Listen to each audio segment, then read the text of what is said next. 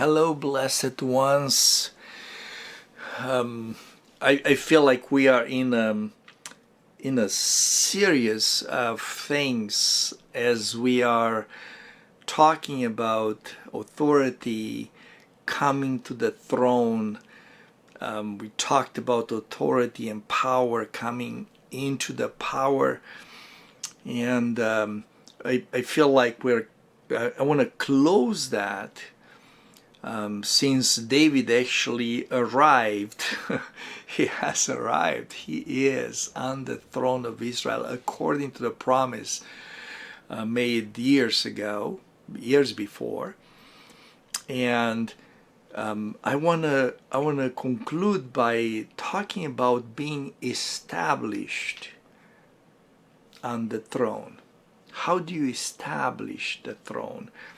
And one way to know it's established, of course, it's you are prepared, you are ready. The time appointed by the Father for the heir, for the child, is to be placed as adult son and rule. That's from inside out. But also there is what we see here with David is what the enemies are doing.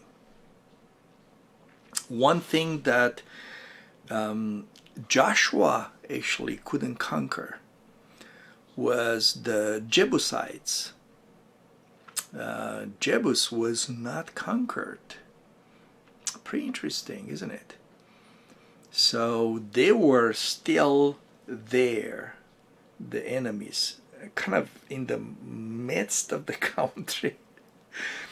The king and his men, it says 2 Samuel 5, went to Jerusalem against the Jebusites, the inhabitants of the land, who spoke to David saying, "You shall not come in here. The blind and the lame will repel you." It's like, the weakest of us will destroy you, will repel you. They don't accept you. And they were thinking David cannot come in here. I mean, they were so sure of themselves. There are some of these fortresses, strongholds in the soul of man and the soul of religion that they said nobody can conquer this. This is, it's not going to work. Nevertheless, David took the stronghold of Zion, which is the city of David. That Jebus was actually to become the most intimate, the most precious city of David. Now David said on the day, "Whoever climbs up by way of water shaft and defeats the Jebusites, he shall be chief and captain." David dwelt in the stronghold and called it City of David, and David built all around from the Millo and inward. So David went on and became great, and the Lord God of hosts was with him. So when the throne is established, the enemies find out quickly. If they still blabber and come against you, you cannot do it. It's to their destruction. But some others, as we see in verse 11, Hiram, the king of Tyre, sent messengers to David and cedar trees, carpenters, masons, and they built David a house. Wow. So David knew that the Lord had established him as king over Israel. How? And that he had exalted his kingdom for the sake of his people Israel. How did he know? Because the enemy, the king of Tyre, that was always against Israel, he capitulated, he submitted, he actually sent gifts to David. It's like, no, I don't want to mess with you. There is something super powerful that surrounds you, that's about you, and I don't want to mess with that. So one way of knowing it's established is not just from inside, knowing yes, it's time, but also from outside, seeing the position, the reaction, the attitude of the enemies. So of course the forever enemies of Israel, the Philistines, they were defeated. They didn't want to do like the Tyre king did, so they came to fight, and they were absolutely obliterated, totally destroyed. You see that in chapter 5 from verse 17 to 25.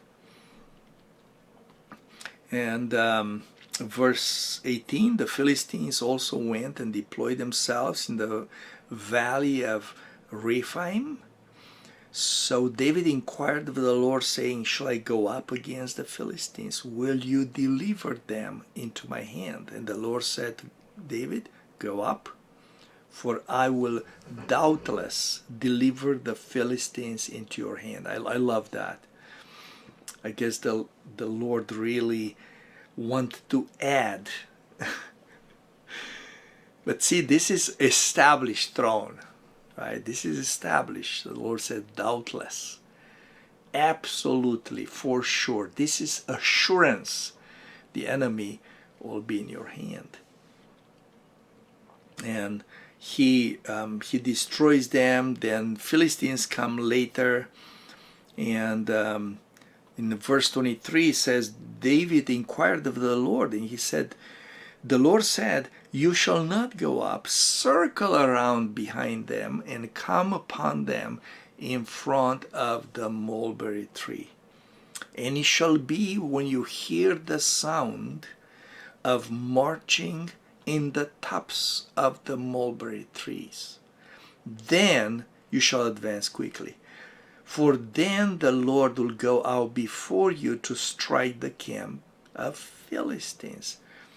Wow, this is interesting. You hear the little sounds because the angels were going, the army of the Lord was going before David's army, taking care of the enemy. This is definitely an established throne. It's not really your battle, it's the Lord's battle.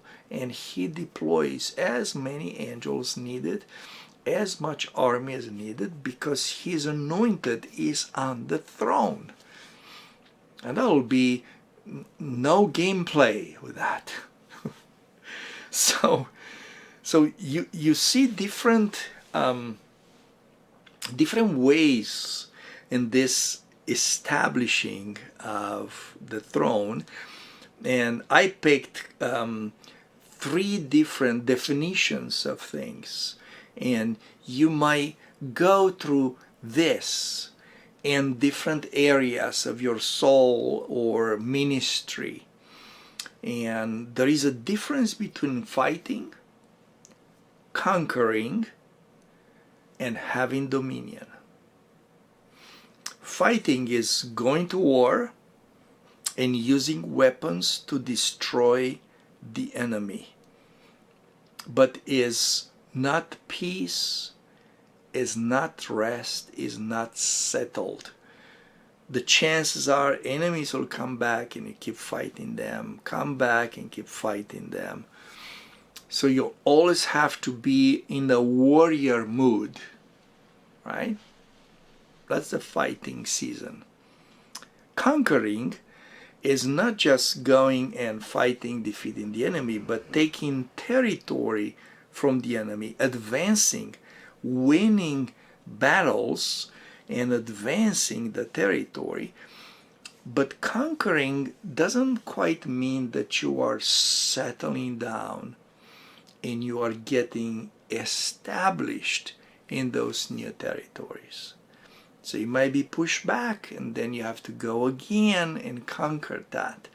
But it involves territories. Conquering involves territory. Not fighting is just battles, battles, battles.